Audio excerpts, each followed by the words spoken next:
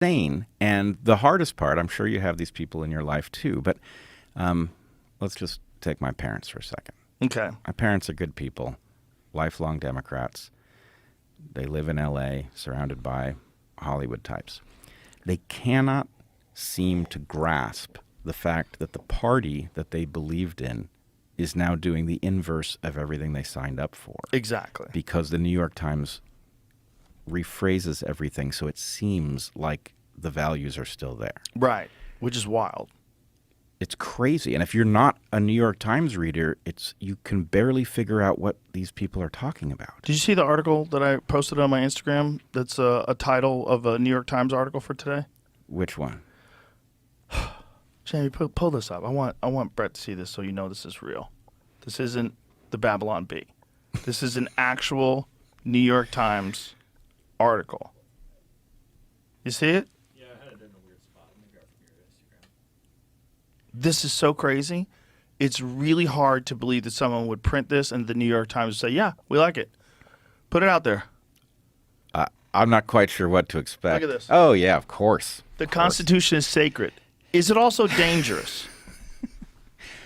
Right. One of the biggest threats to American politics might be the country's founding document. What the fuck are you talking about? Yeah. One of the biggest threats to America's politics might be one of the greatest documents that any country was ever founded on, if not the greatest ever. Mm-hmm.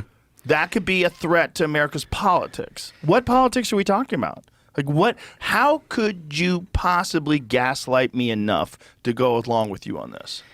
Yeah, it's incredible. I mean, it's on the one hand completely predictable, right? Right. Because there's obviously an authoritarian force there that just grinds its teeth at night over the Constitution and the fact that it prevents it from doing things that it just wants to do last week, you know? And so, of course, they're like scratching their heads like, can we come up with an argument for why it might be time to get rid of that thing? And of course, if you're a normal thinking person, this is complete insanity. But if you're a New York Times reader, I'm sure that fits with the kind of ethos that's been cultivated. Well, this is why a person like Trump is so important to them. Because if you don't have someone that is an imminent threat on the horizon in 3 months, it's very difficult to justify all this shit. So if you have Kamala Harris and she's competing against Ron DeSantis, if it's just Kamala Harris and Ron DeSantis and Trump doesn't exist, maybe he died. Maybe he died in the last few years, you know. Mm-hmm.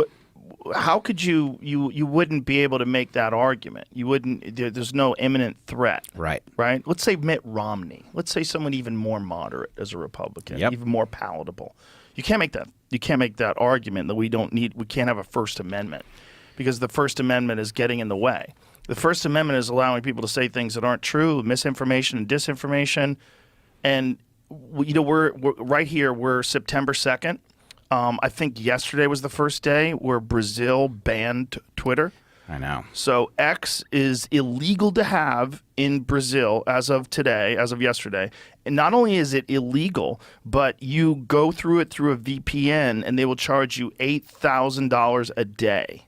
I know. It's incredible that we are watching this. Insane. But I would remind you, they did pull this stuff when it was Mitt Romney, when it was George W. Bush, right? The rhetoric was still existential threat, right? And they always have particular versions of this, right? Not as ramped up as this. Right. Is, this is like Hitler talk. No, this isn't. They never talked about Mitt Romney like he was Hitler. I agree. And as I've been saying since the beginning of this electoral cycle, they fear Bobby Kennedy far more than they fear Trump because actually Trump gives them the only argument for their existence that is functional. Right? They don't have an affirmative argument for why they should be in power, but being the alternative to Trump is, that's a pitch. Right. So we are now somewhere pretty interesting in the sense that I think, to the faithful, that argument still works. But to a larger and larger group of people, they're seeing right through it. Yeah. They're understanding. First of all, we lived through 4 years of Trump. Right? Right. There were good aspects, There were bad aspects, but, it was not distinguished as some moment of, total failure of our system or something. Right. There were a lot of elements of it that were very positive. Right. That's where a fun meme is. There's a fun meme that someone made about how you're telling me that he's going to do these things that he didn't when he was in office, and you're telling me that you're going to do these things that you didn't do and you're in office now. Right. Like, what? And add to that, you're doing the things that you're accusing him of intending to do, right? Yeah. All this lawfare stuff, that's frightening. They're weaponizing the courts. Yeah, and they're weaponizing the courts over what was a misdemeanor with that's already. If you look at the like Bill Ackman had a post that he made on Twitter laying out the legality of this 34 count thing that they convicted him of. That this is essentially an accounting error or deception. That's a misdemeanor that is past the statute of limitations. Not only that, but I don't think you have to really even squint at it to see that it's just simply unconstitutional to point the courts at particular people and not other people. Right. We have a constitutional right to equal protection under the law, and obviously they are setting a different standard for Trump because they want to keep him tied up in court. Maybe they want to lock him up and put him in prison. But whatever they're doing is un-American. It is anti-American. And very dangerous because you've set a precedent now.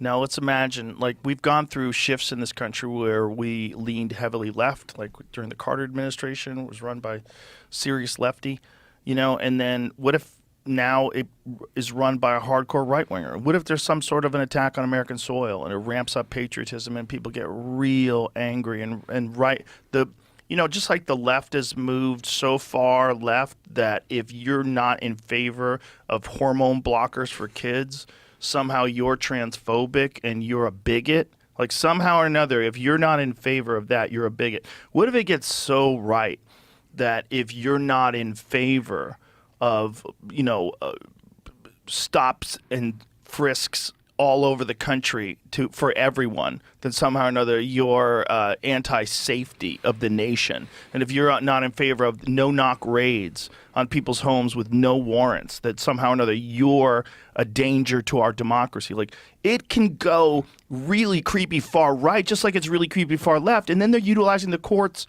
If they fill the courts up with a bunch of hardcore Republicans, now you're utilizing the courts against people in a way that you would find very offensive because you've set a precedent. Right. And I think actually we are already living this nightmare in one way, because what they did was loaded powers into the executive branch that were never supposed to be there. They created emperor-like discretion, and they gave those powers to the president, I think believing that they would never be in the hands of anybody that wasn't on their team, right? And I'm not talking red or blue. Right. I'm talking about inside versus outside. And one of the reasons that I think the reaction to Trump is what it was is that he was taking over an office that had been given all of these exotic tools that he could in principle use against anybody. These are tools that are absolutely a violation of our Constitution, and yet they exist there. And so the need to prevent him from having access to those things was existential in their mind. And so anyway, the point is they created tools they never expected to be in the hands of someone else, and that is the situation. That's the scenario you're describing here as well.